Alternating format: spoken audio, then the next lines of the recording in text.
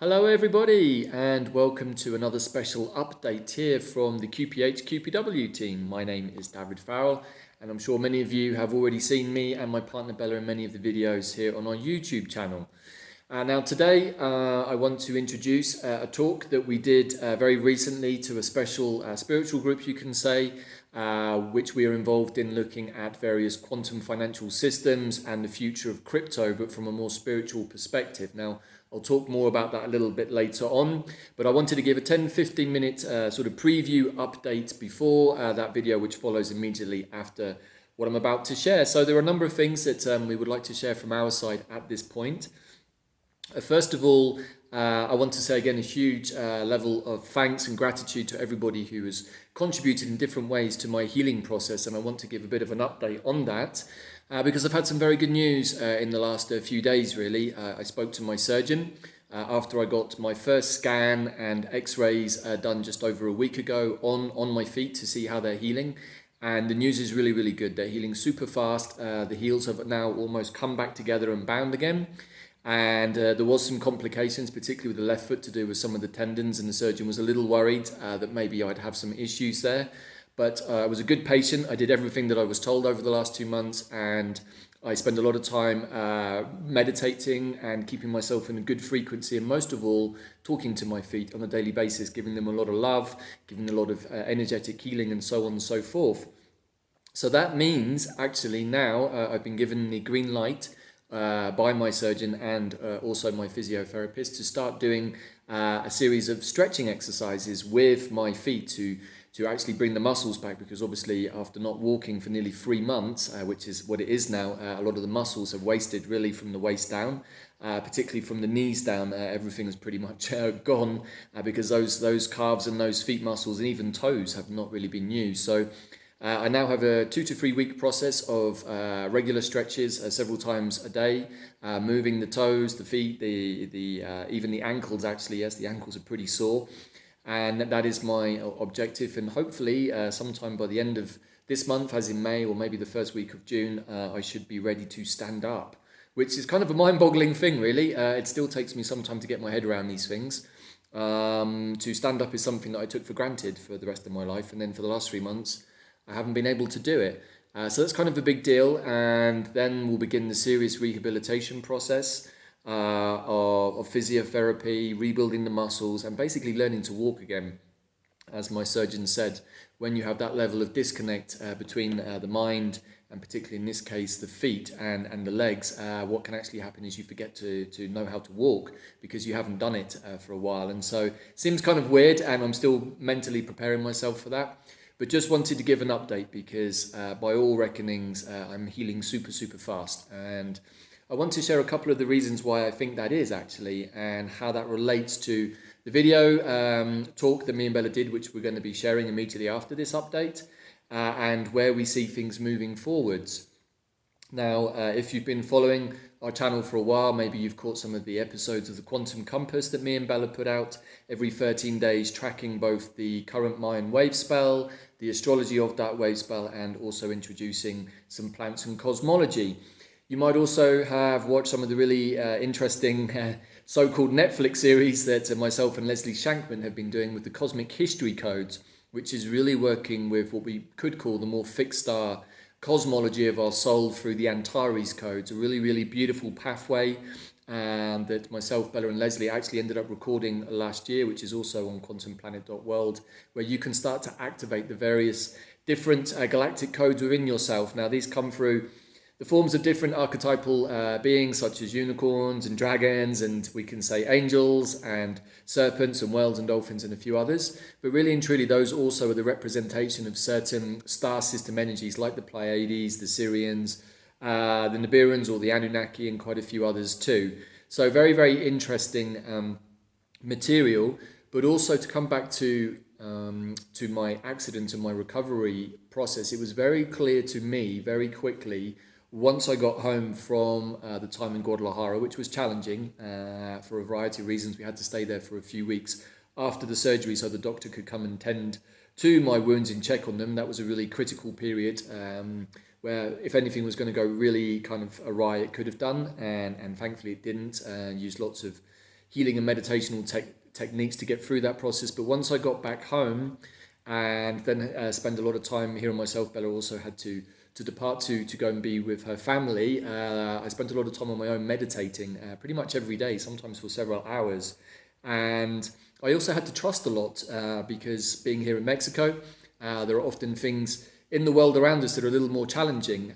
The world is in a challenging place in general, I would suggest, and dealing with that required a lot of trust. Trust in the people that I allowed into my space to assist me, my carer who comes every morning to help cook for me and do a few other bits and pieces and help keep the place clean, and also my good friends in the community who've helped by bringing food and various other things to the property. So I've been very, very blessed to be looked after by some really beautiful people, both here in the local community. Also had some amazing medicine from a sister in our tribe, a homeopathist, who really helped me with identifying, we can say, the right remedies that I needed for my healing process. But also, most of all, it was my mindset. That was the critical thing, especially in the run-up to the total solar eclipse, which we talk about on this particular presentation and have been talking about a lot. Also, the 40-day process since the total solar eclipse on the 8th of April to the recently concluded Jupiter Cazimi, which was exactly 40 days, was a very, very profound process for the whole of humanity, which really enabled a new Earth timeline to be anchored. And what do we mean by that? Well, we can understand it from many different perspectives, much more than I'm going to be able to share in the next few minutes. But really, I want to impress on everybody that the fifth dimensional frequency is now much more planetary wide. It's much more accessible, even to go into the astral planes. We can say even to the lower astrals, the fourth dimensional realm of human emotions. That's also looking a lot clearer and light-filled than I've ever seen it before. And so when I was working with all of these energies, what I really understood was that my mental capacity was directly affecting my feet's ability to heal. And on the odd day, because I did have a few moments which were kind of down and I wasn't feeling so great about life, the effect that it had on my feet was profound and very obvious. And actually, what it did was it activated the pain of the feet, and they kind of started speaking to me. We are quantum beings, and our body is the most incredible piece of technology. And what they said was, your mental capacity, Davyd, is going to directly affect how quickly we heal. So if you have a bad day where you think that we're not going to heal, we're not going to heal. But if you think positively and trust and surrender into this process, as you already have done throughout all of this, and as I've talked about in other videos, in the prior experiences I had to the accident on that very strange leap day of the 29th of February, I was already somewhat prepared mentally for a process of surrender, of death and rebirth. And what I'm hearing from many tribe members and many colleagues is that since the April the 8th, many people have gone through death and rebirth processes or are still in the process of going through that. And as strange as it may seem, I kind of went out of my body pretty much for a couple of weeks. I definitely was not really in my three-dimensional body that much. I was, I guess we can say, surfing the realms of other types of my consciousness, and I was able to perceive a certain aspect of myself going away from me, a certain aspect of myself actually dying. So the old could die to the new to be reborn. And I want to share this because I think it's really important moving forwards. The world is a mirror of whatever is going on for us, whatever frequency we're in. So if we're in a frequency of anger or of shame, of guilt, of jealousy, of envy, or any other of those low frequency things, likelihood is that it's going to keep being reflected back at us in our world. And I've now seen really for myself, I knew this already from other healing processes, but the power of the mind at the quantum level when it comes to working with the body is profound. It really is. And I was told it was going to take 6 to maybe 8 months for me to heal. It looks like I could be able to walk again within maybe 3.5 to 4 months, which is pretty good going, I think. And I believe that is down to the mental capacity and the meditations I did every single day. So that's by way of a bit of an update, but it's also talking about where we are at right now and where we're going. So this particular presentation that myself and Bella were invited to do just recently was to a particular spiritual group around crypto, actually, and how to infuse spirituality into a crypto coin, and looking at quantum financial systems. Now, I don't want to go too much into the details of that, but you will hear us reference it because the talk we give was really around how to infuse a coin with quantum thinking, because if the coin is going to work, it needs to be backed by something reliable, and that is quantum intelligence. unfortunately, a lot of crypto is not that reliable and is prone to individuals buying en masse or selling en masse, which can basically dictate the value of a coin. So a highly flawed system, really, but out of the crypto world, many of us believe that we are going to end up with a quantum financial system. So the talk that you're about to see after this update and preview is really addressing that, but the talk itself is also addressing pretty much everything in our world that we see right now. As the old paradigm is collapsing around us, that means that the financial system is going to collapse. I saw this week even that a Republican congressman in the US has now filed a bill to basically declare the Federal Reserve bankrupt and void and unable to operate. Now, some of us might say that actually happened quite a while ago and it hasn't reached the masses yet. It doesn't really matter too much. In the narrative that we are dealing with that's presented to us through the screens and the devices, that is, we can sort of understand where the collective is at, and as a consequence, we understand that the financial collapse is very, very imminent. All of the indicators are there. Now, if there's a collapse, then something else is going to have to be born out of that, and there may be some messiness for a while, but if we are truly operating from a non-dualistic space, if we're operating from a quantum financial perspective, we can actually start to have some confidence that certain crypto coins could be backed up by the quantum intelligence of spiritual humans. So that is really what the talk is addressing in some ways, but this is also very much part of the motif of our own metamorphosis process that we've been going through here, well, originally at Quantum Plant Healing, or QPH, but also as we transition across to our other platform, quantumplanet.world. Now, we were guided by the plants we were working with to call time on the Quantum Plant Healing project and platform. And we were told as part of that, the plants wanted to assess the impact of working with humans in a quantum intelligence capacity over the last 2 years. Many good things happened, and also the plants also were able to perceive that there was still some inbuilt resistance to humans to being actually able to receive their healing messages, and still some sense of separation that plants and humans were somehow not one and the same thing. So that really also feeds into the idea of the oneness of the collective spirit. And of course, that when we invite a plant like the beautiful dandelion into us, dandelion is a part of us, and we can call on dandelion at any time. And of course, dandelion is a master of time. He loves to show us that the only true thing that exists is the now. He's also great at helping us to activate our dormant DNA. He is a master geneticist, as we've talked about many times before. So when we have that technology already inside of us, we can call on it at any point. We don't necessarily have to put plants outside of us, but we also don't sit back and kind of have a passive response. We can dynamically interact with the plant intelligences in the same way that we dynamically interact with our emotional body and also our higher self, or intuitive body, we can say. So there is always a dynamic response needed from us as humans at the quantum level. The observer and the observed needs to function in that way. So quantumplanet.world is really where we are now putting a lot of our energy, as we perceive that the time for that in-depth, really deep shadow work and healing is really past.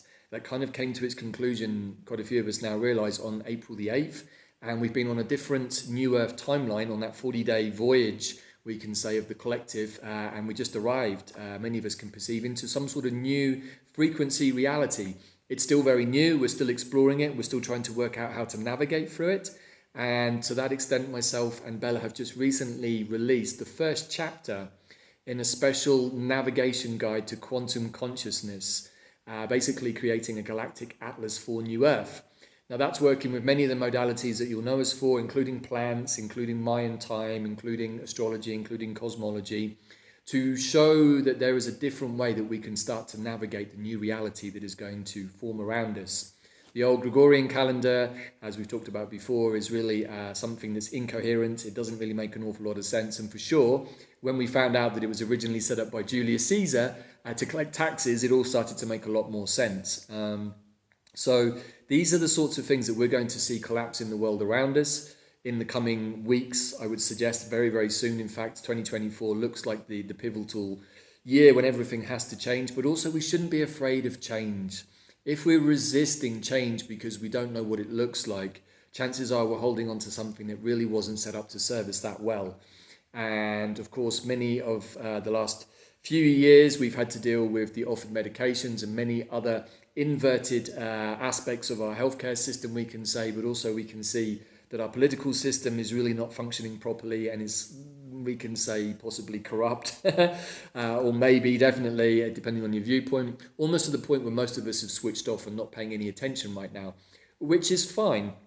But if we switched off and are not actively taking steps to create something new, there's a strong possibility we could get caught in some sort of limbo between the old and the new. And so that's really what I wanted to share in this preview, is that you can access this brand new, I wouldn't want to call it a course, it's a journey, a 13-chapter journey. Each episode is released every 13 days for the next 13 wave spells, we can say, in the Mayan time. So this will take us up until around about the middle of October. And it's an unfolding journey. And in each chapter, which you can access just for $26 on our channel, and then you can watch that back at any time you want. You can reference it. Lots and lots of intel, lots of juicy stuff to work with, but it's also the first steps on a huge voyage of discovery as we basically map out our galactic atlas for New Earth. So please do check that out. It's I'm going to put the link in the show notes. We also talk about it in the video. But also up until the 23rd of May, just want to shout out that we're giving a 20% discount off any of the courses on quantumplanet.world. And just to reiterate, those include the Stellar Nations pathway with Leslie Shankman. They also include a wonderful sacred art of geomancy with my own teacher, Dr. Patrick McManaway, which is really all about how to work with the environment, how to work with the land, the elementals, the nature spirits. And of course, there's my partner Bella's wonderful Mind, Time and Magic course that really is a super powerful transmission about how to work with this particular flow of time as we sort of let go of the Gregorian calendar. And having been here meditating pretty much solidly for the last 2 months every single day, I can say that once I shifted my focus down to the energy of every single day and made every day important by feeling the energy of it, looking at the astrology of it, I found that I suddenly have a different perception of time. I seem to have more time to do the things that I want, but I also seem to have more time to rest, which of course I really, really needed.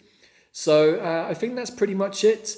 From my side, just wanted to share all of that, and please do take some time to watch this presentation. There's a lot of really juicy material in there where we weave together the threads of everything that certainly we are using in our life right now to make it make sense, to make it coherent, but also so that we can expand with these wonderful energies of the Jupiter Cazimi, the wonderful ground up energies of Taurus, into a new world vision, or a new earth vision, we can say rather, for ourselves, but also for the collective. This is a time when we can dare to dream and not perhaps try to dream the old paradigm into a new format, but to completely dream something different. Just give yourself the opportunity, everybody, to dream of something completely different without putting any of the blockages there. This is what fifth dimensional consciousness is about. It's about creativity, it's about non-duality, and it's also about getting the monkey mind out of the way and stopping those fourth dimensional astral emotional blockages, triggers, traumas and wounding from actually preventing us from rediscovering, or we can say remembering, the totality of ourselves. And also in the doing so, we'll remember why it is that we're here at this time. And that's where these pathways that we've laid out on QPW really come into their own. And for sure, any of the people who've done Stellar Nations or even Bella's Mind, Time and Magic course recently will testify to the fact that their reality no longer looks the same. So there we are. It took a little bit longer than I expected, but of course that's my style normally, everybody, as you probably know by now. And just wanted to preface this upcoming sort of hour-long presentation with this information, and really hope that you got something from the sharing here, but also that you take some really interesting bits and pieces away from the presentation. But also to say that we did a follow-up live call to the QPW tribe, which if you join up to our site, you can do for free. It takes about 20 seconds, and you can access that live call where we share a lot more information in regards to all of this as well, to make it even more coherent for everybody. So hopefully that all makes sense. Please do enjoy the presentation, and we look forward to seeing you on QPW. And if anything there catches your interest, make sure that you get to use that 20% discount code QPW20, QPW20 at the checkout, and you will automatically get that reduced price. So thank you, everybody, and look forward to seeing you all on a call or over on QPW very soon. And here is the presentation for your enjoyment. Ciao for now. Thank you, everybody, for joining us. My name is Davyd Farrell, and with me is the one and only Thank you, Bella Alvarez. So today we're going to give a little bit of a brief overview about how to work with quantum plant intelligence, and then also how to work with a number of other modalities that we work with ourselves to really create a path to quantum consciousness, navigating with plants and stars. So we put together a little presentation, haven't we, Bella, to give some visuals and some focus to this. And we're going to take about an hour or so, I guess, to talk through these key points and to give a few pointers. And then, as Melinda said, we'll take some questions and answers. So, all righty. Good. So we would like to ask everybody to please mute your microphones. There will be a session at the end to ask questions and anything that we talk about here. The idea is that we can record this so that people that missed this presentation can go back to it and in case there is something useful or they want to review. Right. So we want to start with a little introduction of who we are and what have we been doing and how we came to the group as well, because I think that's important as well. So do you want to start with the QPH pathway that we had? Yeah, sure. So let's just bring up that slide. And we're going to begin really where our journey began together, which was with quantum plant intelligence and actually being linked through astrology, as indeed Jodie will know because she came via the same pathway into our lives too. And that was originally through doing some astrological shows with people like Pam Gregory and Kelly Hunter, and I'm sort of fusing my world of plants with the world of astrology and finding a way to work with plants and with your natal birth charts and also with mundane astrology. And when me and Bella first met a couple of years ago through one of those astrological connections, we were guided by some plants, particularly dandelion, who we're going to talk about. And we also had some assistance from an ascended master called Zach, a 26th dimensional being, channeled by our friend Janet Trelawa. And there was a plan hatched, we can say, to bring quantum plant intelligence more fully into the mindset of humans. Now, not necessarily a particularly new concept. Plant medicine is very well known, particularly in this part of the world, in Central and South America. But plants and humans have worked together for millennia, and that's what makes plants really interesting because they have a very unique view on humans, and particularly when it comes to healing. So did right, Bella, to set up quantum plant healing, in fact, just over 2 years ago, or almost exactly 2 years ago. Yes, and together with that, an amazing project and idea that it's in Mexico. We have an amazing place which we have as a mid to long-term plan, which is beautiful in the mountains, and it's part of a pyramid. We think it was a pyramid, and then it was a monastery, and now I think we're going to make it into a place of dreams and wonderful things because it has beautiful gardens and it's by a lake. So that's a mid to long-term project as well. Right. And so those two things, working with plants and working with intention and intuition, are really a big part of what we do. And one of the major plants that we do work with is dandelion, which I'm going to give a bit more about in a minute. But also just to add to our backstory, my backstory is working with herbs and plants, plant medicine, shamanism, taking people on guided retreats. And Bella, also you worked working with plants in a laboratory in a more scientific form, right? So my background was corporate until I woke up. I was working with a pharmaceutical company, a really big one. And then that was in the UK. And then I went fully into the plants and making my own essential oils, working fully with medicinal plants. And then I met Davyd, and we went more into the quantum plant intelligence. But yes, a lot of connection with plants for a long time. Yes. Right. And so at the beginning, we were guided we were still coming out of the back of the last couple of years, really, and people have become very separated, very isolated. And this mechanism that we're using now, Zoom, has almost become the predominant, I would suggest, mode of communication between many of us. And on the one hand, I think many of us have found it a little challenging to be so reliant on the tech, but at the same time, it's enabled these kinds of conversations to happen, which really weren't possible that long ago, to be honest, and we weren't doing them in such a way. So it inspired us to do something which I never thought I would do, which is online immersion immersions and retreats, and we found a way with the help of the plants to take people through processes in a collective energy space held really in the ethers, but also somehow in cyberspace, which I never thought was possible or even wanted to do, but somehow we made it possible, right, Bella, with the assistance of Dandelion. And that was, in fact, almost a year ago to this month, we did our first immersion with Dandelion, and we Two took people... years.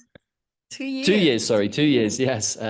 We took people through a process where a series of teachers, myself and Bella included, and other people, herbalists, astrologers, Chinese med, all kinds of different kind of modalities that somehow synchronized and came together in a coherent fashion that would take people on a journey into the world of that particular plant. And the very first one that we work with, and again, this plant I would suggest is probably the most important plant that we can all have in our awareness right now. And this is dandelion, Diente de Leon, as it's known in Spanish. And this plant at a herbal level has many, many gifts. It's very well known for detoxing the liver.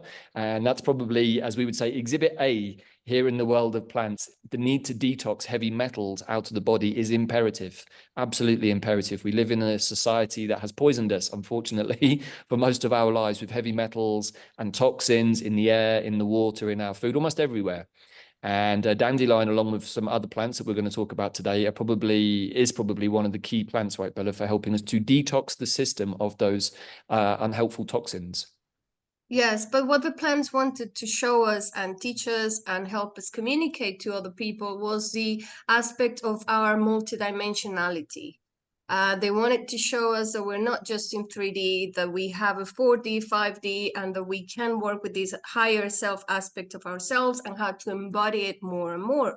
And obviously, there was a process of shadow work, lots of heavy healing, core wounds. We went through lots of immersions where people went into their whatever needed to be healed, including the physical body, so that we could understand more and more about that aspect of going into different timelines, which it also showed us how to do. You can do a healing that affects generations. You could even do past lives healings through the connection once you understand how to work with this beautiful and tiny plant that is a dandelion, which in reality is just an amazing being, which we're still figuring out more and more. It's been an amazing guide. So one of the interesting things that started to emerge when we worked with dandelion was that dandelion as a being, is incredibly powerful, and we're still trying to work out exactly who are some of these plant beings because their intelligence is vast. But what we did start to realize was that, of course, the clue is in the name, the lion's tooth. This is a plant that very much has a connection to the Leo or Leonine energy, and thus also has a connection to Sirius and the Lion's Gate. And so when we organized the dandelion immersion, it was actually around the time of the Lion's Gate portal. And what that did was it opened up literally a channel for this plant or this being really to communicate with all of us much more fully and thoroughly. And that's where the herbalism and the quantum plant intelligence are a little different. Herbalism often generally focuses on a condition in the body, whereas the quantum plant intelligence that we're working with and have been for quite a long time now also shows us other gifts of wisdom and intelligence that are not always strictly related to healing. So in the case of dandelion, the top 3 things that we've learned about dandelion, although there are many, is first of all, that dandelion is a time traveler. He teaches us how to break down the concept of time and show us that past, present, and future are all the same thing. And the only thing that truly exists is now. Now, I'm sure we've all heard this many times before and probably sagely agreed with it without necessarily contemplating exactly what does that mean. But when you're in the moment or in the now, as dandelion will show you, and this is, I think, probably one of the biggest giveaways we want to give away today, if you don't already know this, is that dandelion will start to show you very quickly synchronistic events to show you when you're in the flow. So because we're going to come back to that a little bit later in the talk. Second thing that we learned about dandelion, he is a master geneticist. This has been proven by botany because when the botanists tried to classify dandelion, they found that its DNA structure was so varied that they ended up with running into thousands of different species. And at that point, they sort of realized that this is a plant that can change its own DNA at will to basically adapt to any environment that it's in. Pretty cool technology, right? So these are some of the ideas that we start to get about dandelion, and also the fact that it is connected very much to the Leo energy, hence this big kind of sunny aspect that it has with the sun. It's also very connected to the solar energy. Good. So yes, they came to show us many things, and as Zach, the Ascended Master, shared with us, the plants have always been here, knowing that they like planning the solutions for what humanity needed during our evolution. So they knew that this was the moment to come and share some of those messages, which is what we have been doing for the last 2 years. And now we're evolving to a new level of messages, which we will share probably towards the end. Yeah. Let's get up. Right. So the basic delivery method that we have developed, or that the plant showed us, really is actually fairly straightforward. You need to invite the plants fully into your heart, into your system, into your energy field, and let them go to work on the field. These are plants, particularly plants like the elder tree or the elder bush, that are neuroimmunomodulators, which means that they can actually scan our field and talk directly to the cells, the organs, without us needing to get involved. Really, really incredible interfacing technology. And I think that once we start to understand the quantum technology that these plants offer and how they actually work in our systems, without listening to some of the BS that comes from the Western medical system. Away from those cords. Hola. Please mute your microphones. Oh, I'm so sorry. I accidentally hit the button. My kitty was trying to pull. Not to worry, it happens. So the main method of delivery is to invite the plants in, maybe take some essence. If you're feeling like you need to detox, definitely engage with teas and tinctures and various other medicines. But also the way that we did it, right, Bella, was to open up the channels so that we became the hollow bone channels for the plants to talk through us, and also the other teachers that we would invite into the immersion space. And that really was the basic premise from the plants, is that they wanted us to understand that we are all one. There is no separation between us and them. And the moment that we invite them in, we give conscious recognition in our own sense of self that we are part of the natural cycle and the natural environment. So dandelion is really here, I think, as the architect of fifth dimensional living. There are many important plants in the world, but this one is so readily available. It grows almost anywhere, which also speaks to its ability to adapt and thrive in even the most tough terrains. Yes. And they're here to show us how advanced we are. They're just trying to mirror and teach us which is the path to fifth dimensional living. So let's go to the next plant, but we'll be coming back to dandelion because it's everywhere within our all of our projects, really. So the second plant we wanted to share today, there are reasons for the plants we're sharing. We could have shared hundreds of different plants, as I'm sure you plant lovers out there will be, well, hey, why don't you talk about this one? Well, we're just choosing two or three today that we think are important to put into people's awareness. And wormwood is kind of come more into prominence in the last few years because of its connection to ivermectin. It really is the base medicine for ivermectin. It's a parasite killer, we can say, as indeed are all of the Artemisias. This is Artemisia absinthium, which of course has given rise to the very famous or infamous drink, we can say, of absinthe. But also there is a whole family of Artemisias, over 400 in fact. They grow all over the world, and there are three major subcategories. There are the sagebrushes, Artemisia tridentata. There's also the mugwort, Artemisia vulgaris, Artemisia suxdorfi, coastal mugwort, which is a really beautiful species that grows on the west coast of the US. And then there are the wormwoods. The wormwoods are by far the most bitter.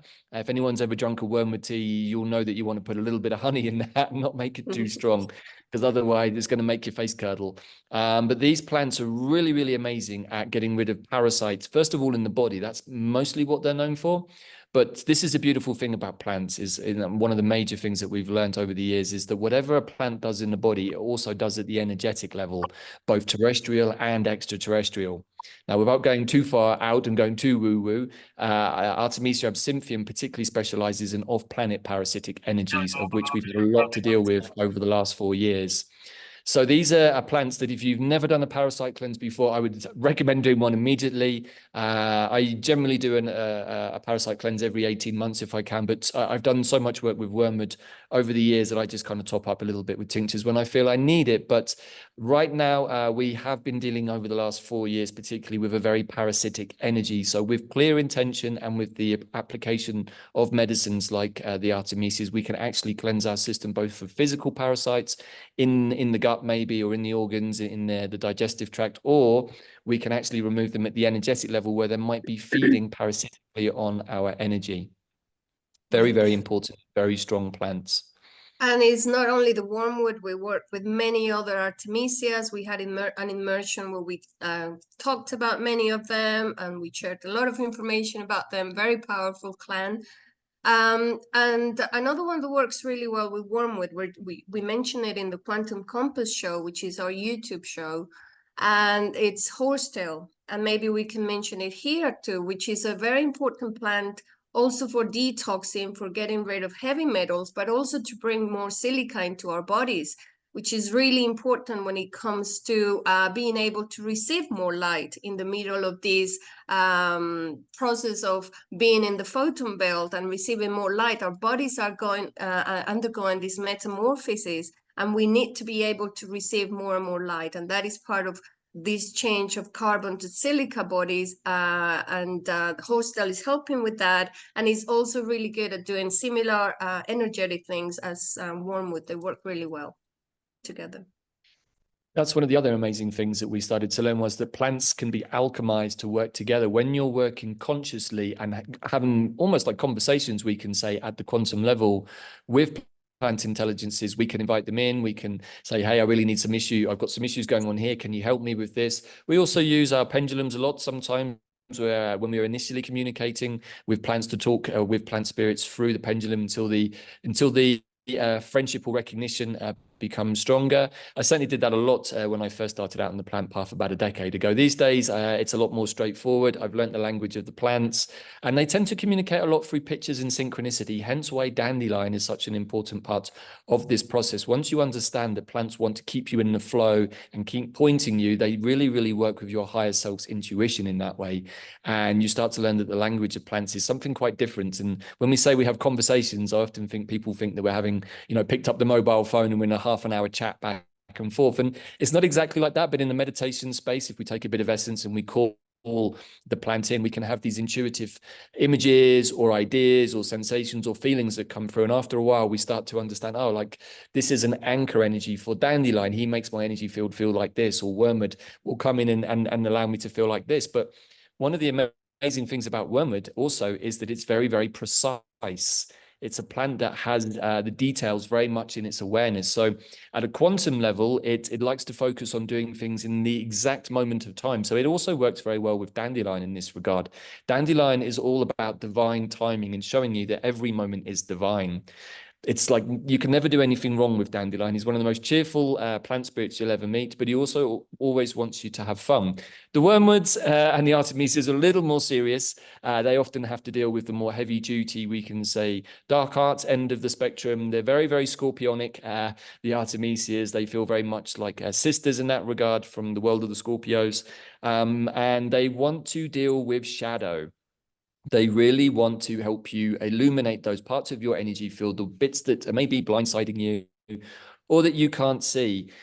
And they will assist you. Mugwort particularly is very, very good at removing all kinds of unhelpful intrusions and energies and various things that probably you don't want in your system. Attachments, even kind of energetic beings that maybe have got attached to emotional traumas. The wormwoods, the mugworts, they're very, very good at removing these, again, within intention and attention. So wonderful, wonderful plants, very, very hardy, very easy to grow, wormwood, to be honest. And yeah, there are over 400 different species. So we got to meet, I think, 30 or 40 different ones, didn't we, on the immersion, Bella? We got people to go out and meet their local artemisias and send pictures. So we had people on 6 continents searching for their local artemisias, which was really beautiful because they are a very beautiful family. We did an amazing connection. We activated the ley lines of the earth through the Artemisias network. And at the moment of the activation, there were 3 earthquakes where we were in Mexico. So it was pretty powerful. And it was only our 2nd immersion. So it was exciting as well.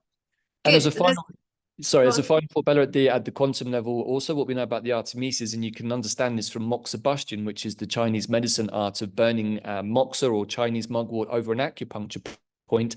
This is dragon medicine. This works with the meridian lines of both the body, but as Bella also just said, it can work with the meridian lines of planet Earth. So these are some of the more quantum aspects of plant intelligence that you only really get to find out when you engage with them at the personal level. So just wanted to share that too. Something really important here too, when we talked about the wormwood and horsetail, the removal of graphene, as we know, is one of the bad things that have been happening. It's everywhere. It's in the food, it's in chemtrails is everywhere. So wormwood and horsetail, really important to get rid of graphene and other toxins. Yeah, I think I mentioned that, Bella, on the original call when I connected with this group about the need to cleanse graphene out of the system. It's a problem for all of us, and horsetail is incredibly good at removing graphene. You will even see it passing through your system sometimes in your urine when you're on a horsetail detox of graphene, which gives you some indication of how much we've actually absorbed into our field. So again, these dense particles are not assisting us. They're also highly prone to being activated by electromagnetic frequencies and signals and getting activated in that way. So yes, I agree with Bella here that horsetail and dandelion are very, very much conducive to removing those kind of heavy metal-based toxins in the system. Very important plants. Good. And we're moving now to share a little bit of what we do. I feel we need to share why we came to this group and what do we see moving forward when it comes to manifesting and creating abundance. So we do have a show on YouTube called The Quantum Compass Show. Davyd does interviews with other people, but this is the one we do together. And we cover astrology. I cover the Mayan time. And we also talk about plants. So it's like a navigation guide or a quantum compass for every 2 weeks, roughly. Right. So this whole show really was born out of the fusion that came out of doing the immersions, where after the dandelion, we kind of stepped into a space of doing 13-day immersions, tying in with very, very powerful Mayan time or wave spells. And what those wave spells give you is a beautiful 13-day container in which to do magic processes, manifestation processes, but also healing processes. And when you're in a held container, even if you're having a couple of bad days, which often in the healing process is likely, there's always the sense that it's only going to go on for a few days because the structure of the Mayan time, and particularly the wave spells, gives you this beautiful container in which anything can be shifted through, released, or even manifested, depending, of course, on the size of the manifestation, but in a very, very coherent and aligned way. And as we move into this new phase of the Earth's process of the shift, of the ascension, if you would like, one of the things that I think that is going to be challenging for the collective is the realization that our time sequencing that we live by, the so-called Gregorian calendar, is actually incoherent. I'm sure we all know that already. But as Bella discovered, or as we discovered when Bella was putting together her Mayan time and magic course, the realization that the Gregorian calendar was originally set up by Julius Caesar and then codified by Pope Gregory much later showed us that the Gregorian calendar was actually set up for the purposes of collecting taxes right back in the Roman times. So I think that's probably all you need to say about that, right? And I think in this moment, if we want to move forward in a new way, moving away from the old paradigm, we're going to need a new sense of time. I would say one of the biggest things I hear from people and have heard for many years, I just don't have enough time to engage with my healing work. I'm too busy doing this. I'm too busy doing this. And it's like, at what point are you going to be busy enough to look after yourself? And I think that that's one of the things that plants always want to teach us, right, Bella, is bring yourself back to being centered in self. And because if you're trying to help other people or doing, many other good things maybe, but at the cost of your own health, then you come to a point where you're no longer able to be in service to the maximum effect because you're not looking after yourself. So all of these pieces we are seeing and putting together into the quantum compass with the addition of astrology, right, Bella? Yes, which is one of the tools. We're not as professional astrologers, but we love it. And we have been working with astrology for quite a few years. And we've seen the importance of it as a compass of, at least if you're not into astrology, to know your sun sign, to know your moon, and to know your ascendant, because it's part of the information that helps you put together the compass, the GPS, for you to navigate your life, to know where your mission, your North Node is really important too, to know where you're moving ahead with your plans, with your projects, or if you're putting the energy in something that is not really for you, where you're going to maybe learn some things, but maybe you'll have to redirect your GPS at some point. Yeah, so the astrology is really important, and as Bella just said, you don't have to be in astrology to fully understand even the basics of astrology. I would recommend at some point, maybe if you're interested in astrology, maybe just doing a basic astrology course. But Bella's pulled up a really helpful image here of something that is coming up in just a few days on May the 18th, a very, very powerful Jupiter cazimi, which was really the major focus of our most recent edition of Quantum Compass, which you can see on YouTube and came out just a couple of days ago. And what we were doing here was looking at the next wave spell that starts on Saturday, the 17th. It's called the Red Moon, which Bella's probably going to talk about in a minute. But also we were looking at the major astrological aspects or transits happening during that 13-day or moon period. And the two major ones coming up on our horizon are this Jupiter cazimi on Saturday. And a cazimi is when the sun is in conjunction directly with one of the planets. We just had one a few days ago in Uranus. This is all happening in the sign of Taurus. Very, very powerful energies of new beginnings right now. Lots of abundant energy with Venus also coming into Taurus. We've got Jupiter and Uranus in Taurus, and Taurus is very much about Mother Earth, ground up, abundance, foundations, and of course Jupiter is energy. Resources, exactly. Thank you, Bella. And Jupiter, very much the energy of expansion. So we can see that this is a really amazing time. If you've been doing your inner work, have got yourself set, and of course, with the work with the group here is very, very important for the creation of new quantum projects moving forward, including things like crypto coins and even quantum financial systems, possibly a bit further down the road. So this is how we set the Quantum Compass show up, and we look at the chart and we highlight the energy and just talk a little bit around it. And yeah.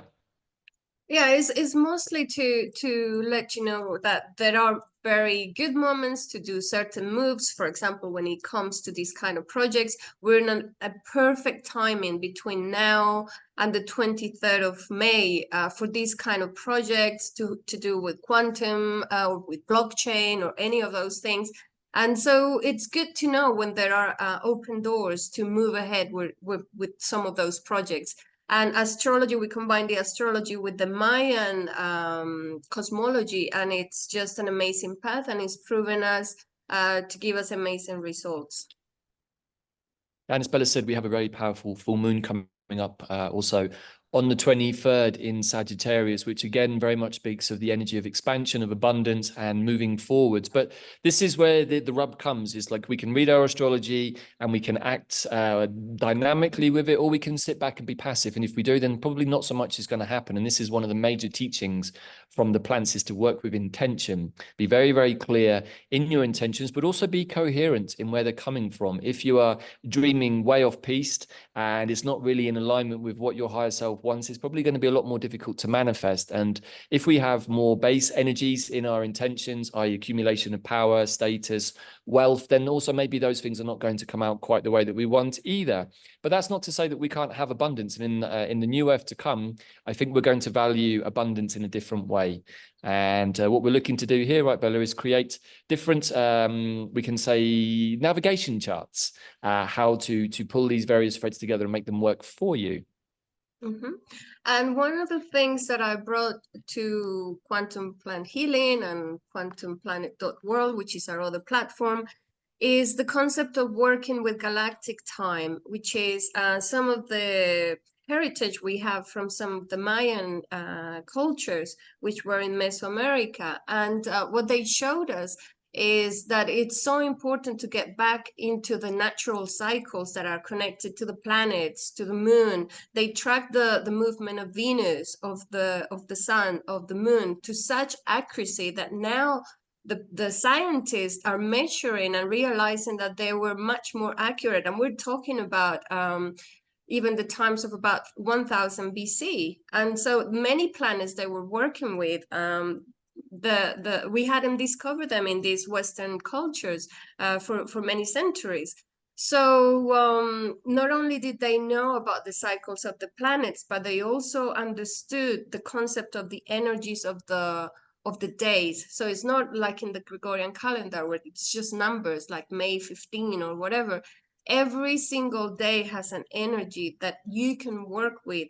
If you're in a wave spell of 13 days, you can have a project or a healing project an idea or do something within this period of time, and it's always a creation. And then once one finishes, there is another one, and if you follow it, you can work with that energy depending on what you need to do. So it's a completely different way of seeing time, and it makes you be more in the moment and understanding our cycles, which are connected to nature, but also to bigger cosmic cycles.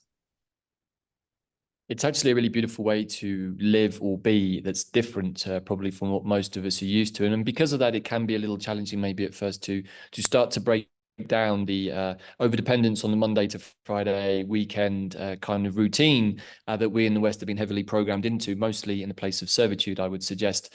But when we start to work in a 13-day wave spell, with each 13 days having its own energy, and within those 13 days, each day having its own conceptual or nuanced energy within that 13-day wave spell, what you start to realize is that first of all, you perceive time differently. You become much more into the now, and secondly, you start to find that you have a lot more time, weirdly, because one of the catchphrases or key descriptions that we like to use around the mind time, right, Bella, is that time is art. And do you want to share something about that? Because I think it's a really beautiful way of describing this process.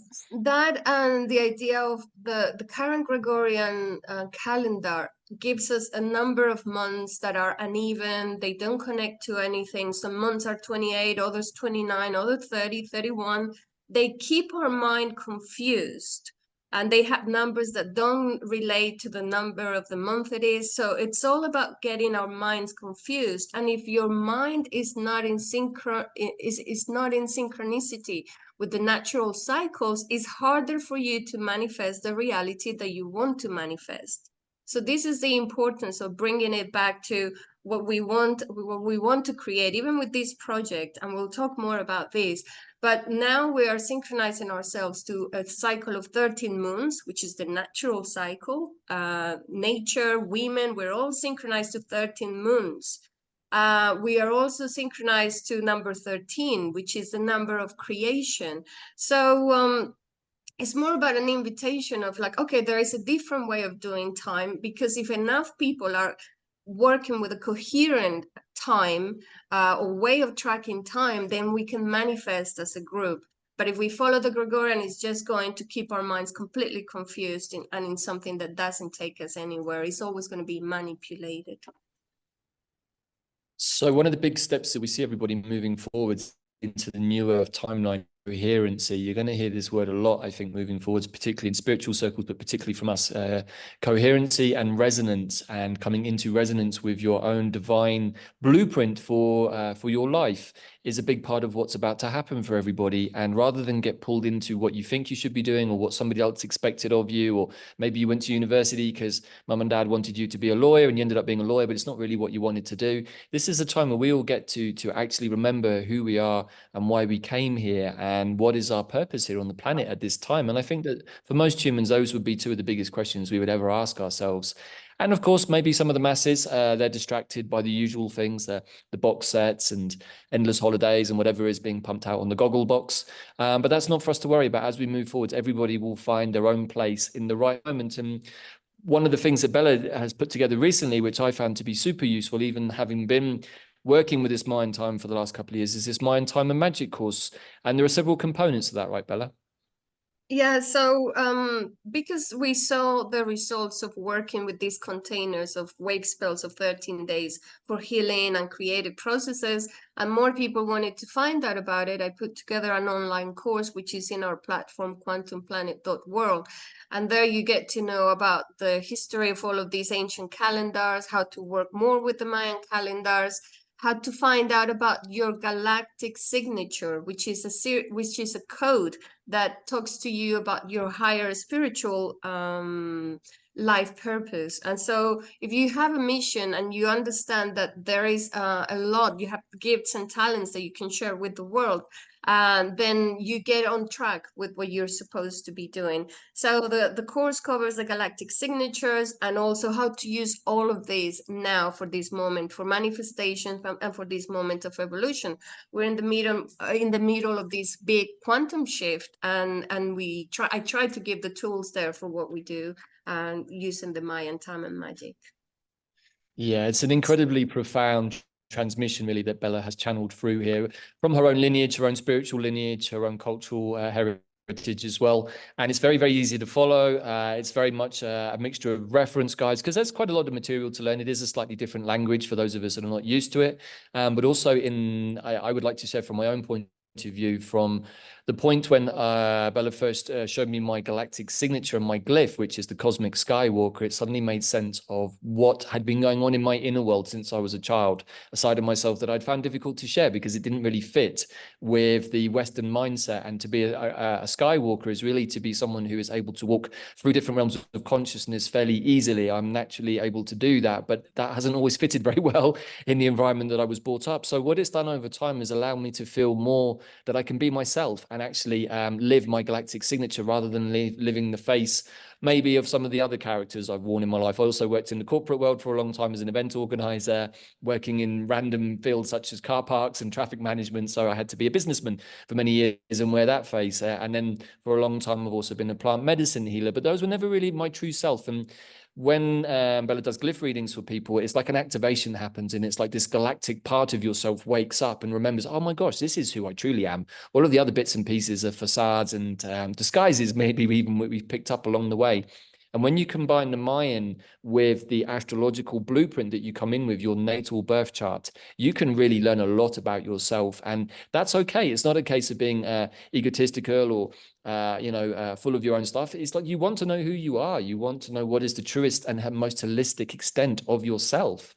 And why not? We're all amazing beings, super, super talented, super amazing beings. And I think that as we step onto this more elevated timeline of consciousness, that a big part of it is stepping up and remembering who we are in our multidimensional selves.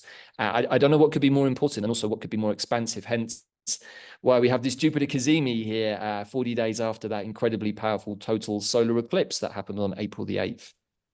It's really important to connect with your sacred codes, because if many of us do this, then collectively we can create that reality that we want, which is the new earth that we are all trying to manifest through all of this. Now we're going to talk also about another project we have in quantumplanet.world, and it's Stellar Nations. Do you want to talk a little bit about it? Yeah, so this is kind of exhibit number 4 in our little catalogue of things to help you become quantum. And this particular pathway is something that originated out of Hungary about 15 years ago, I think, maybe a little bit more, a bit less, with 2 ladies called Bea and Aniko. And for a very interesting process, they were able to access and channel basically different stars. It's a long story. It's a very beautiful story. But in doing so, they're able to channel 13 different nations, what they call the stellar nations. And these include things like unicorns, dragons, angels, serpents, arthropods, winged lions, the bears, which is the Christ consciousness, whales and dolphins. I think I got all of them there, right, Bella? I think that's all of them. The Pegasus, very important. And the Pegasus, of course, the Pegasus, right? And each one of those stellar nations really encompasses a group of stars, and those group of stars will really encompass names that you're more familiar with: the Pleiades, the Arcturians, the Sirians, Andromeda, right, and quite a few others. And what's really interesting is that when you engage with this material, speaking from my own experiences, it activated my DNA. Those strands of DNA that were turned off are really our cosmic DNA. And this pathway, through studying what is called the Antares code, which is based on your natal astrology, you can get to understand that what we would call the more fixed stars in the sky, the constellations even, they actually also have some part of our consciousness residing on them. So when we activate, say, the unicorns, which is the first step in this pathway, we're basically reactivating our 8th dimensional creative selves. The unicorns are very, very creative.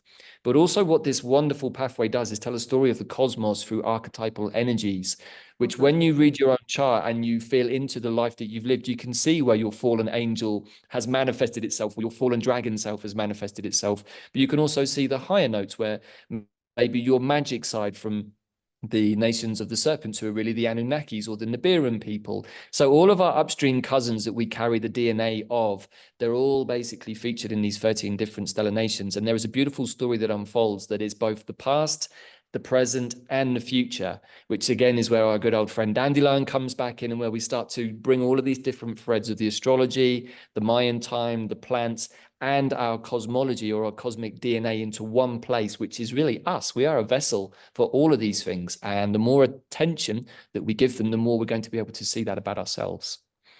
Yeah, so it's beautiful material. And Davyd does a show also with Leslie Changman, which is like the ambassador in the US for Stellar Nations. And she's the one that did these shows with us, these modules that we have in quantumplanet.world. So if you're attracted by the energy of the whales, of the dolphins, of the unicorns, just know that there is more information behind it, and it is connected to your galactic and cosmic DNA and codes.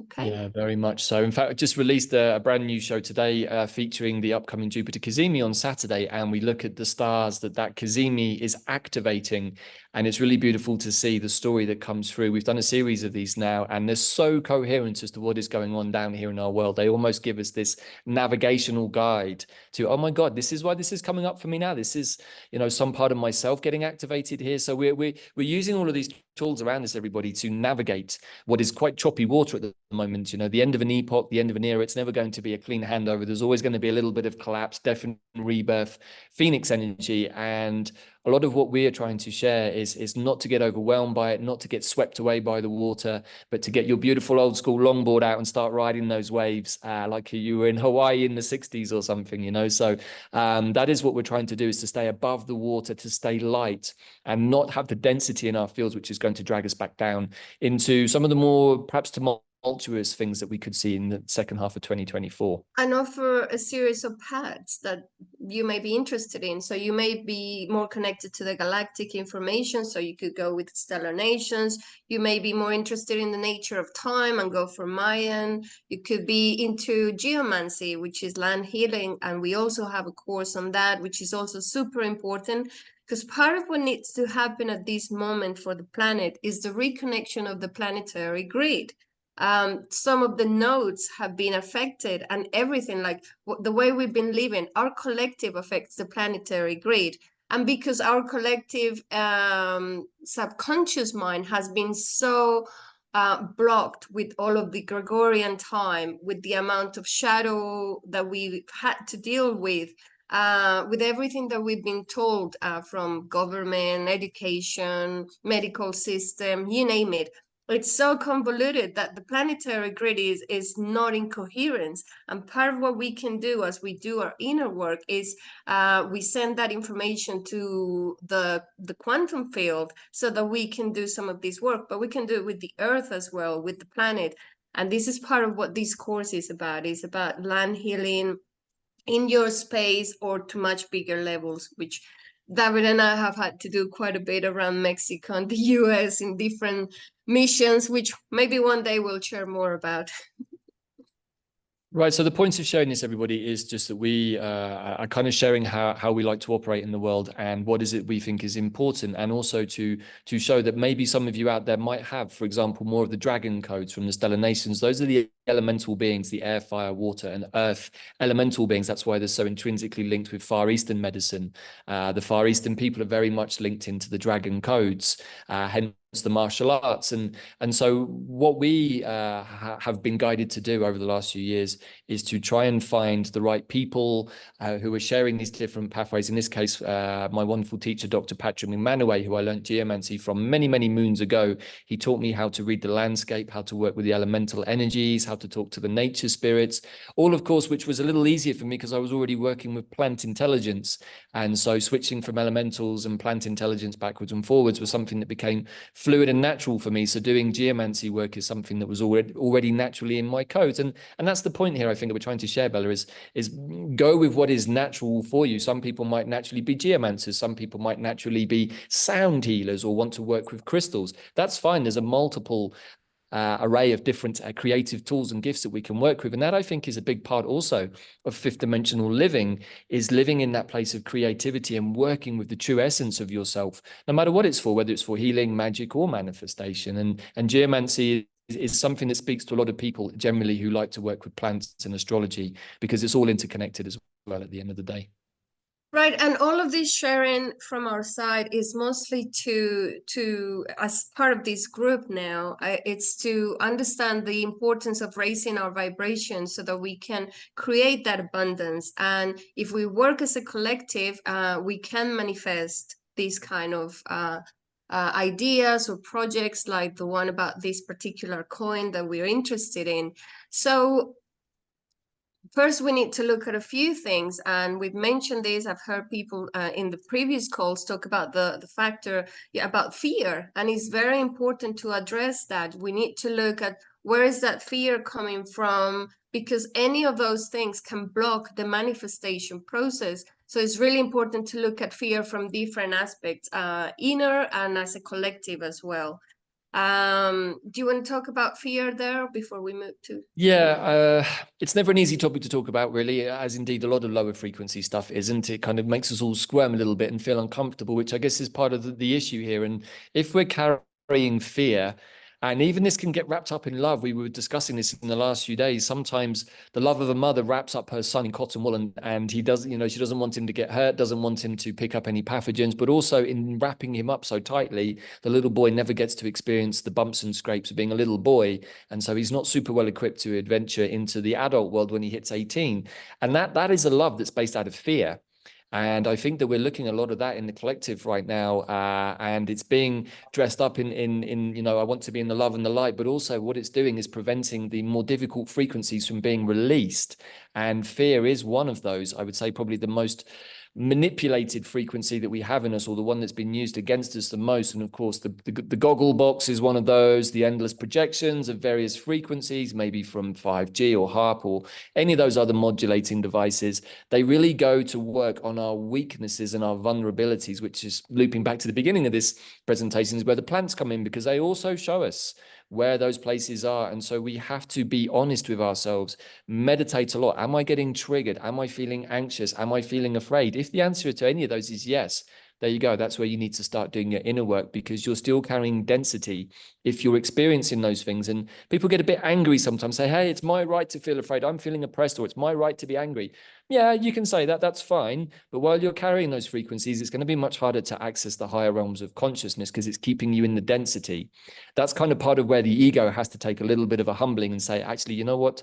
I think it's okay to acknowledge these things, because from a fifth dimensional perspective, there is no fear. It simply doesn't exist. It's a fourth dimensional emotional response to something. And if we're being triggered or manipulated in that place, then that is where we're going to have fear or anxiety. So yeah, definitely, if you're experiencing that, it's a job, it's a challenge, but sit and meditate with it and analyze where it's coming from, and then take a different view on it. And there are many different ways of working with those fears. Most of them are connected to core wounds when it comes. I mean, the collective ones, the collective fear is more to do with what we receive from external influences. But the personal fear comes from core wounds. And here's where we did a lot of work in quantum plant healing with the help of the plants. And we went through a deep inner work. But if you still feel that you haven't dealt, if there are fears that are keeping showing for you, it's because there is some wound of abandonment. Have you dealt with all of those and all of the layers going back to your childhood? With rejection, anything about lack of recognition, or basically at the bottom of it all is the feeling of not feeling loved, thinking that you weren't loved. And many times it's just the idea that that little child kind of assimilated. Many times it's not even true. It's just whatever your parents or whoever was taking care of you could do at the time. So we need to get to a point of awareness of where there was a bioshock, and so that we can release it and move on and transcend all of this information, so we can now manifest and raise our vibration and create what we want to create at this point. Exactly. And as a good Buddhist student for many years, one of my core meditations in my initial practice was on attachments and aversions, because according to Tibetan Buddhism, those are the only two sources of suffering or dukkha. And I didn't believe my lamas at first about this. I thought, no, there's got to be a lot more than just two. But to my surprise, I sat and meditated on this a lot over the years, and I found that it's true. All of my suffering in life was down to something that I was overly attached to or overly averse to. And so the more that we start to see these things about ourselves, the more that we can start to correct them, say, oh my God, I'm overly attached to my hoard of money maybe in my account, or I'm overly attached to my brand new car, and oh my God, it just got a scratch, and what am I going to do about that? Now that happened to me and Bella a while back, and we was like, well, okay, this is a really nice car that we just got, and we just drove it to Mexico, and booyaka, there we go, we got a dent in the side of the door. There we go. That was our truck's initiation to coming to Mexico, and we could have been cross about it, but we just had to take it on the chin and say somehow this is its warrior initiation to coming to Mexico. So, you know, we're joking about this, but the point is that we can get overly bent out of shape and want to go and cause righteous retribution on whichever particular individual reversed their knackered car into our nice new car and left a dent in it, and we can get all bent out of shape about those things. Or we can suck it up and say, hey, it's just a car. It's got its own little warrior initiation now, the same as we did when we came to Mexico.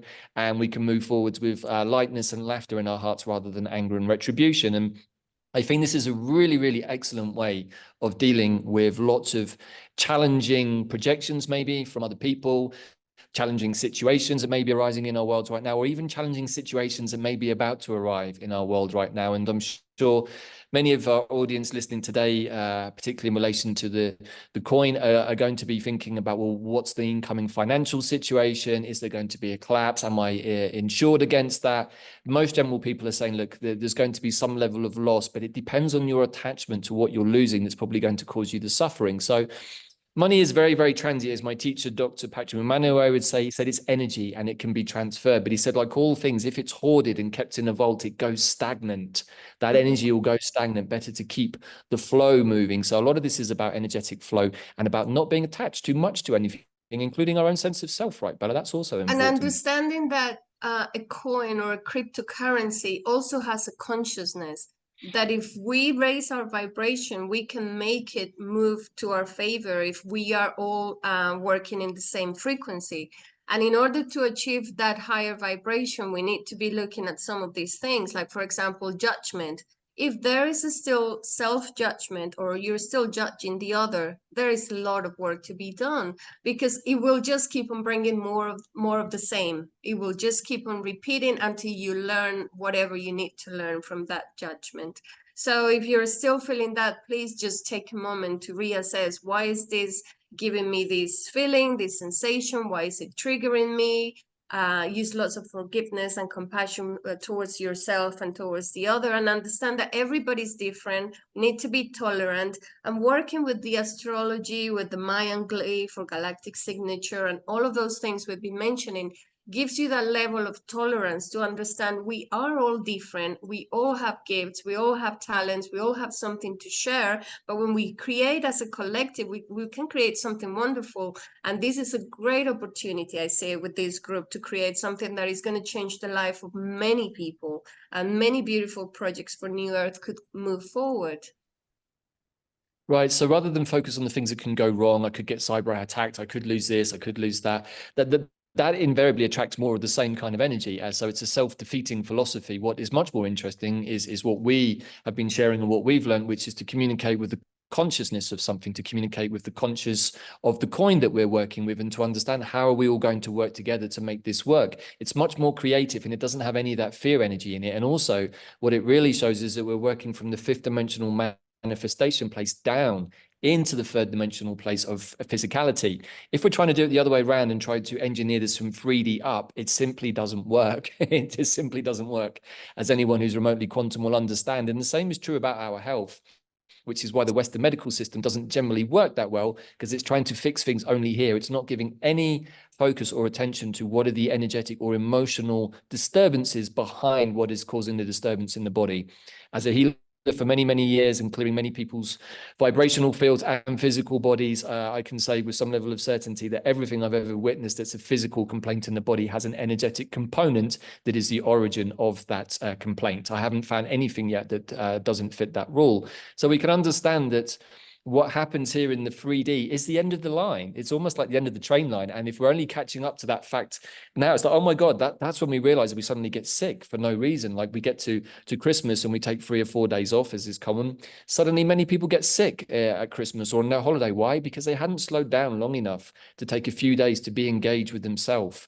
And then the body goes, oh, I think it's time for healing, time to bring something up and out. And it's often a surprise for people. They suddenly get sick. It's like, I didn't know that I was sick. It's like, well, because you hadn't given yourself any time to assess what was going on for you. So these are all really important. They're all fairly straightforward points, I'm sure, that you've all heard before, but they are really, really important to come back to yourself, to investigate yourself, what is going on for me right now, and not to brush things under the carpet, kick the can down the road, because all that does is just build the problem up into something much bigger.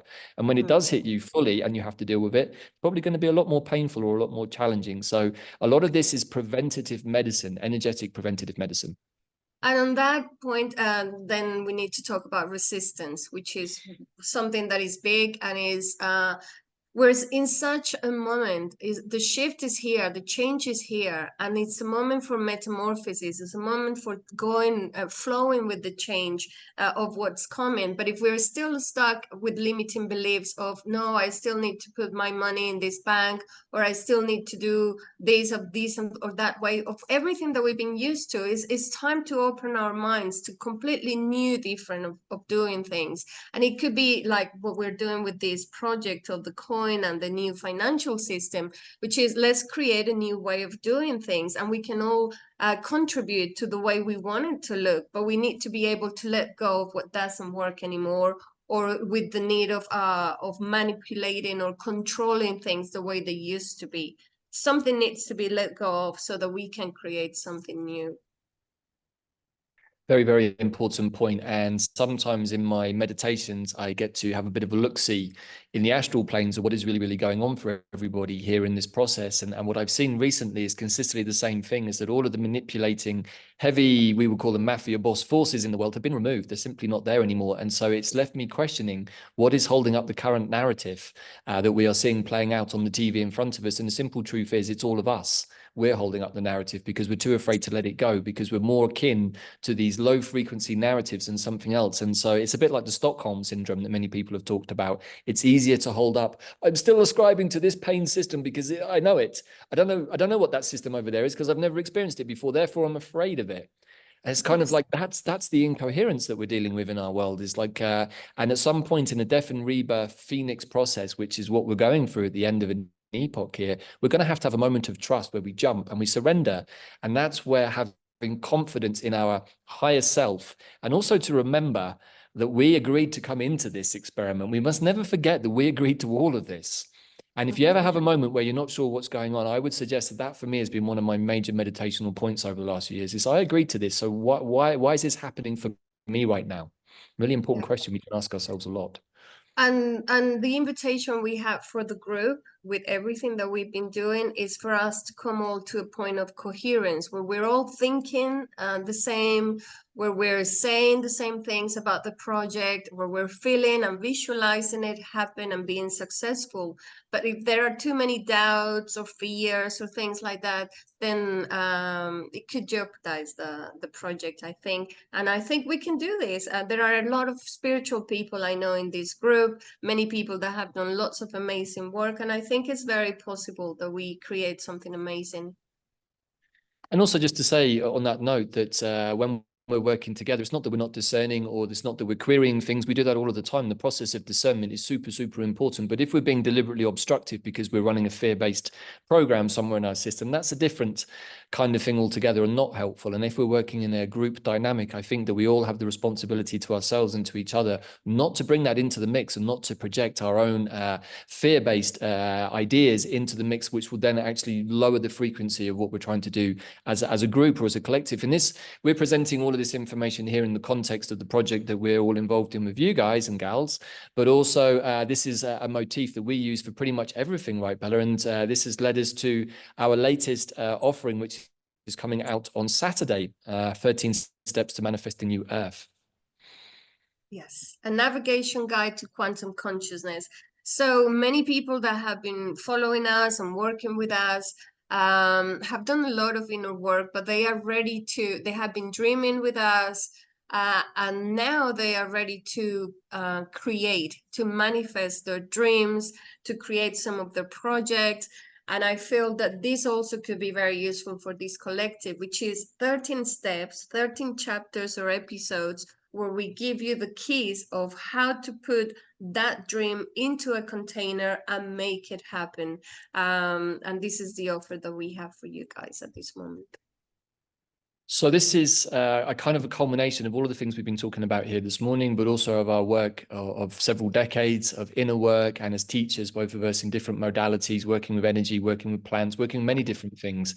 But most of all, what we understand now is that we are having to work with frequencies and timelines that are beneficial to all of us. And as we say adios to the old paradigm timeline and all of its inverted natures, which again, coming back to the geomancy, when we see that all of our major nodal points on the planet have had inverted cathedrals, churches, banking institutions, etc., placed on top of them, we can understand why we have such inverted and incoherent systems, such as the healthcare system, the financial system, the education system. They're all utilizing inverted energy points. And as we shift into the new earth, part of the uplift of new earth itself is going to be the reversion of those points. And as that happens, there will be an upsurge in energy. And all of those beautiful places, those spots, those sacred sites and their associated areas will give possibilities for the original blueprint to start to come forth. And each and every one of us will have an opportunity, according to our natural inclinations, our natural gifts, to participate in the construction of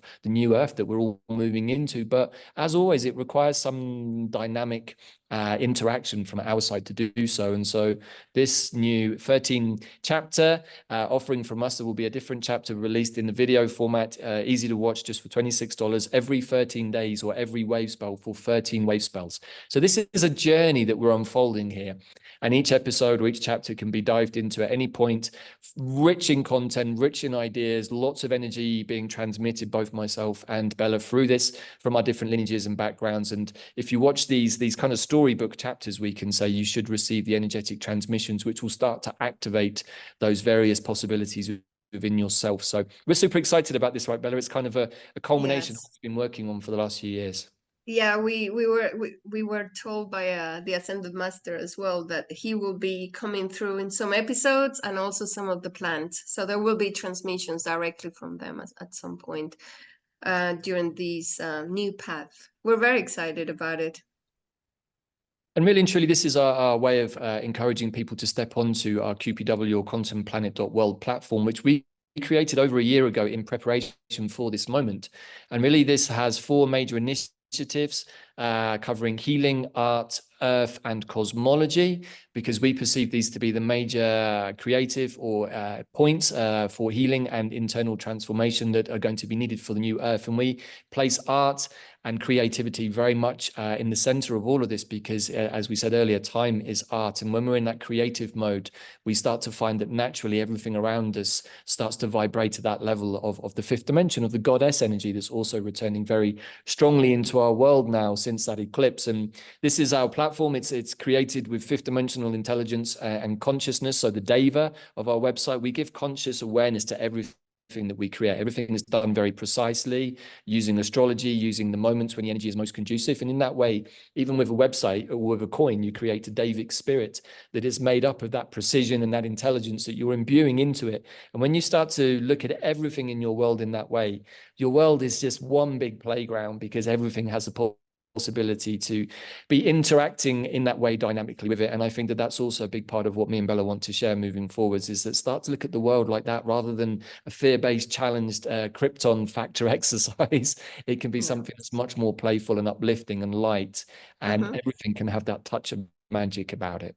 And this platform, even though it was created by us, in the future, we see it as a network of many different projects that are quantum, healing with frequencies, healing with crystals, creating amazing devices, everything for creating a new earth. That's why it's called quantumplanet.world.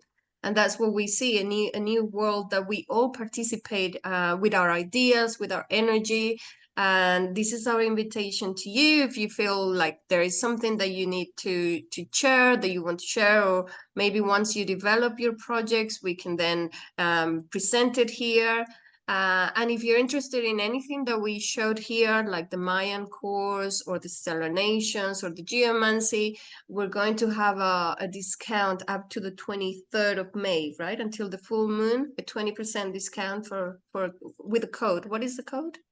Right. So the code is very simple. Just put QPW 2020 at the checkout and you will get an automatic 20% discount. And that's on any of the courses or Stellar Nations bundles that we're currently offering, which is pretty much everything on our site. And as Bella just said, QPW was really set up to offer a platform, I guess probably for quite a few people on this call too, to be able to put quantum healing techniques, quantum technologies being developed, and they could also be for things like how to clean up the oceans, even for more cultural, indigenous-based exercises, because obviously when we talk about the Mayans, and me and Bella often joke about this, is that the Mayans are really our ancestors of the past, at least here on the planet, but they're also really time-traveling star beings from the future who came from our future into our past, left us pyramids and glyphs, which we're now really rediscovering fully with the help of some of our brothers and sisters like the wonderful Jose Arguelles, who helped set up the harmonic convergence back in the 80s. And we kind of feel like, Bella, that we're moving into the next phase of what he brought through, because he also left a seedbed for people like us to follow into at this point, because the Mayans are super smart and they knew that we were going to need this way of observing and participating in time at this moment. So they left it in the past from our future. A bit of a headbender, but it starts to show you that past, present, and future are all happening simultaneously, and that we can have a lot of fun with that. And all of that so that we can now create a new reality, which is the moment we need to wake up and reconnect our codes and dream and be able to manifest it.